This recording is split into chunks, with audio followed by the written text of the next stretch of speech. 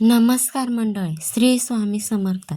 आजच्या ह्या व्हिडिओमध्ये आपण श्री स्वामी समर्थाचे 11 गुरुवार कसे करायचे, हे गुरुवार कोणी करायचे, कधीपासून करायचे, यांचे नियम काय आहे, उद्यापन कसे आणि कधी करायचे, जर एखाद्या गुरुवारी अडचण आली, बाहेरगावी जावे लागले तर काय करायचे, उपवास करावा का उपवास कसा करावा, त्याचप्रमाणे पूजा मांडणी कशी करायची, या सर्व विषयाची सविस्तर आणि अचूक माहिती आपण आजच्या या व्हिडिओमध्ये पाहणार आहोत. त्यामुळे ज्यांना हे व्रत करायचे आहे त्यांनी हा व्हिडिओ कुठेही स्किप न करता पूर्ण पहा. कारण अनेक वेळा अर्धवट माहितीमुळे व्रताचा लाभ पूर्णपणे मिळत नाही. बघा, ज्यांना हे स्वामींचे गुरुवार करायचे आहेत ते 11 गुरुवार करू शकतात, 21 गुरुवार करू शकतात, 51 गुरुवार करू शकतात, अगदी 108 गुरुवार देखील तुम्ही करू शकता. हे व्रत करत असताना कोणते नियम पाळायचे आहेत, कोणत्या सेवा करायच्या आहेत, दुसऱ्या ठिकाणी सेवा केली तर चालेल का, या सगळ्या प्रश्नांची उत्तरे आज आपण सविस्तर पाहणार आहोत. विनंती आहे म्हणून व्हिडिओ शेवटपर्यंत नक्की बघा.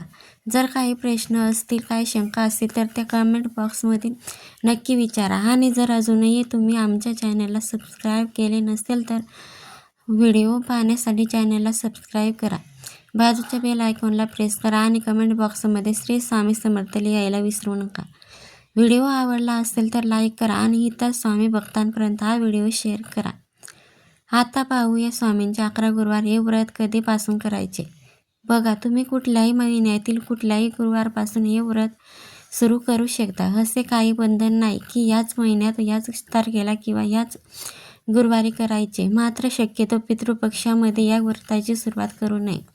त्या व्यतिरिक्त ज्यांच्या मनात श्रद्धेने हे गुरुवार करायची इच्छा निर्माण होते त्यांनी नक्की हे व्रत करावे. दडलेले आहेत, ज्यांच्या आयुष्यात संकटे आहेत, अडचणी आहेत, इच्छापूर्ती होत नाही, अशा प्रत्येक व्यक्तीने हे व्रत इच्छापूर्तीसाठी नक्की करावे. आता हे व्रत कोणी करावे तर बघा, हे व्रत कोणीही करू शकतो.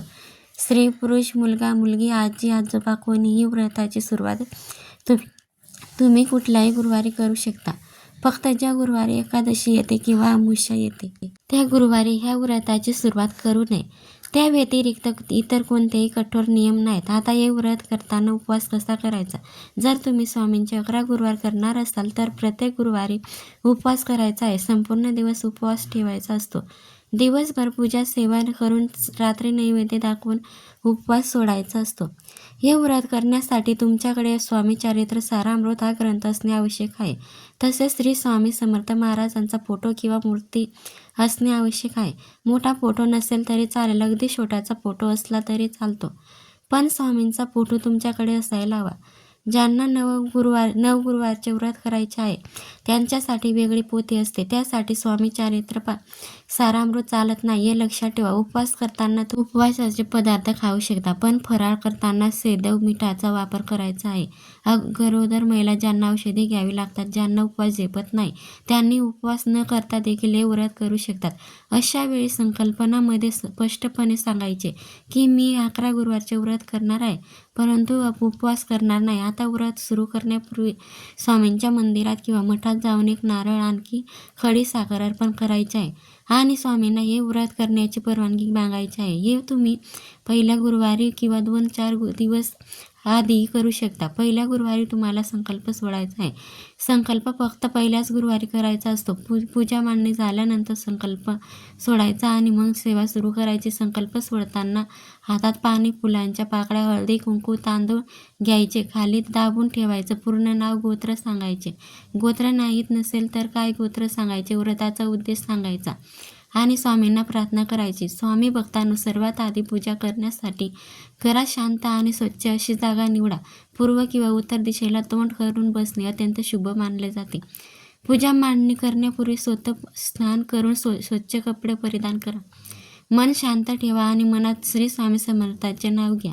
आता पूजा मांडणी सुरू करूया. एक स्वच्छ पाट किंवा चौकी घ्या. त्या चौकीवर स्वच्छ पांढरे किंवा पिवळे कापड कपड्याच्या मध्यभागी श्री स्वामी समर्थ महाराजांचा फोटो किंवा मूर्ती ठेवा. स्वामी महाराजांचा फोटो समोर तांब्यांचा किंवा पितळी कलश ठेवा. त्या कलशामध्ये स्वच्छ पाणी भरा. त्या पाण्यात थोडे गंगाजल किंवा तुळशीचे पाने घाला. कलशावर नारळ ठेवा आणि त्यावर लाल किंवा पिवळे वस्त्र बांधा. कलशाच्या आजूबाजूला फुले, हार किंवा तुळशीची पाने ठेवा. आजूबाजूला फुले, हार किंवा तुळशीची पाने ठेवा. स्वामी समर्थ महाराजांच्या उजव्या बाजूला तुपाचा किंवा तेलाचा दिवा ठेवा. डाव्या बाजूला अगरबत्ती किंवा धूप ठेवा. समोर एक तांब्या किंवा वाटी ठेवा. त्यामध्ये नैवेद्यासाठी गूळ, साखर, फळ किंवा घरचा गोड पदार्थ ठेवा. पूजेच्या ताटात हळद, कुंकू, अक्षता, फुले आणि पंचामृत ठेवा. आता पूजा सुरू करण्यापूर्वी डोळे बंद करून 3 वेळा मनात म्हणा, श्री स्वामी समर्थ, श्री स्वामी समर्थ, श्री स्वामी समर्थ. सर्वात आधी स्वामी महाराजांना जल अर्पण करा. त्यानंतर अक्षता अर्पण करा, फुले अर्पण करा, दिवा लावा, अगरबत्ती लावा आणि मनापासून स्वामी महाराजांची प्रार्थना करा. यानंतर श्री स्वामी समर्थांचा तारक मंत्र किंवा गुरुमंत्र 11 वेळा किंवा 108 वेळा जप करा. जप झाल्यानंतर स्वामी महाराजांना नैवेद्य दाखवा. नैवेद्य दाखवताना मनात आपल्या मनोकामना सांगा. पूजा पूर्ण झाल्यावर स्वामी महाराजांना नमस्कार करा, आशीर्वाद घ्या आणि प्रसाद घ्या. स्वामी भक्तांना 11 गुरुवार व्रत करताना सातत्य, श्रद्धा आणि विश्वास फार महत्त्वाचा आहे. कोणताही दिखावा नको, फक्त मनापासून केलेली सेवा स्वामी महाराज स्वीकारतात. स्वामी महाराज आपल्या प्रत्येक भक्तावर कृपा करतात. फक्त त्यांच्यावर पूर्ण विश्वास ठेवा. आणि शेवटी एवढेच म्हणेन, पूजा साधी असली तरी चालेल, श्रद्धा महत्त्वाची आहे. पूजा मांडणीनंतर सेवा करायची आहेत. पहिल्या गुरुवारी संकल्प आणि समर्थातील 1 ते 21 अध्याय करा. माळा श्री स्वामी समर्थ मंत्र आणि 11 वेळा तारक मंत्र म्हणायचा आहे. सेवा शक्यतो एका बैठकीत करायची. फोन बाजूला ठेवायचा, उठायचा नाही. लक्ष विचलित होऊन द्यायचं नाही. लहान बाळ असल्यास थोडी सवलत आहे. नियमामध्ये सर्वात महत्त्वाचा नियम म्हणजे मांसाहार पूर्णपणे टाळायचा आहे. बाहेरच अन्न शक्यतो खाऊ नये. गुरुवारी बाहेरगावी जावं लागलं, मासिक धर्म आला किंवा सेवा करता आली नाही तर तो गुरुवार काउट करू नये. शेवटच्या गुरुवारी उद्यापन करायचं आहे. आपल्या यशशक्तीने अन्नदान, मुलांना किंवा जोडप्याला जेवण किंवा मंदिरात दान करायचं आहे. उद्यापन मोठा असायला हवं असं काही नाही. मनापासून केल्यास 100% इच्छापूर्ती होते. काहींना लवकर अनुभव येतो, काहींना उशिरा. पण स्वामी कधीच भक्ताला निराश करत नाही. स्वामी भक्तांनो, अनेक वेळा हे व्रत करताना नकळत काही चुका होतात आणि त्यामुळे अपेक्षित लाभ मिळत नाही. काही जण सातत्य ठेवत नाहीत, मध्येच गुरुवार सोडतात आणि तरीही तो गुरुवार काउट करतात. हे चुकीचे आहे. काही जण फक्त पूजा करतात पण मनात श्रद्धेने नसते. मोबाईल हातात असतो, लक्ष विचलित होतं, त्यामुळे सेवा पूर्ण होत नाही. काही जण मांसाहार सोडत नाहीत, बाहेरचा अन्न खातात आणि तरी स्वामीकडून पूर्ण कृपा अपेक्षित ठेवतात. लक्षात ठेवा, स्वामी महाराज चमत्कार करत नाहीत, ते भक्तांची परीक्षा घेतात. सेवा करताना प्रामाणिकपणा आणि सातत्य फार महत्त्वाचं आहे. स्वामी भक्तांनो, अनेक जण विचारतात की गुरुवार सुरू केल्यावर अनुभव कधी येतो. काहींना पहिला 3 गुरुवारच अनुभव येतो, काहींना 7व्या किंवा 11व्या गुरुवारी, तर काहींना उद्यापन झाल्यावरही अनुभव येतो. स्वामी वेळ पाहत नाहीत, ते भक्तांची श्रद्धा पाहतात. ज्यांच्या मनात शंका आहे त्याला उशिरा अनुभव येतो आणि ज्यांचा विश्वास अढळ आहे त्यांच्यावर स्वामी लगेच कृपा करतात. त्यामुळे अनुभवासाठी व्रत करू नका, विश्वासासाठी करा. अनुभव आपोआप मिळतो.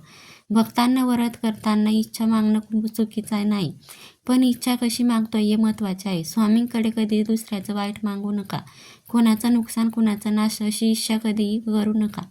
स्वामी महाराज न्याय देतात, ते सोड घेत नाहीत. आपल्या जीवनातील अडीअडचणी दूर व्हाव्यात, मनाला शांती मिळावी, योग्य मार्ग मिळावा, एवढेच मागणं पुरेसं आहे. अनेक वेळा स्वामी आपल्याकडे जे हवंय ते देत नाहीत, पण जे आवश्यक आहे ते नक्की देतात. स्वामी भक्तांनो, अनेक घरामध्ये प्रश्न असतो की व्रत एक जण करतो पण घरातील इतर लोक काय करायचं. ज्यांचे व्रत घेतलं आहे त्यांनी नियम पाळणे आवश्यक आहे. घरातील इतरांनी शक्यतो त्या दिवशी मांसाहार टाळावा, घरात शांतता ठेवावी, भांडण टाळावे. गुरुवारी घरात स्वच्छता, नामस्मरण आणि सकारात्मक वातावरण असेल तर स्वामींची कृपा अधिक वाढते. व्रत एकाच असेल तरी कृपा पूर्ण घरावर होत असते. शेवटी स्वामी भक्तांनो, एवढंच सांगू इच्छितो की श्री स्वामी समर्थ महाराज हे तुमचं बोलणं ऐकत नाही, ते तुमचे मन वाचतात. तुमच्या डोळ्याला अश्रू, मनातली वेदना आणि न सांगितलेल्या इच्छा त्यांना आधीच माहीत असतात. फक्त एकच गोष्ट त्यांनी मागितली आहे, ती म्हणजे निखळ श्रद्धा. जर मनात श्रद्धा, विश्वास असेल तर स्वामी कधीच पाठ फिरवत नाहीत. आज नाही तर उद्या पण ते नक्की मार्ग दाखवतात. म्हणून शेवटपर्यंत धीर ठेवा, व्रत सोडू नका आणि मनात एकच नाव ठेवा, श्री स्वामी समर्थ. व्हिडिओ आवडला असेल तर लाईक करा, कमेंट बॉक्समध्ये श्री स्वामी समर्थ लिहा आणि हा व्हिडिओ इतर स्वामी भक्तांपर्यंत पोहोचवा. धन्यवाद. श्री स्वामी.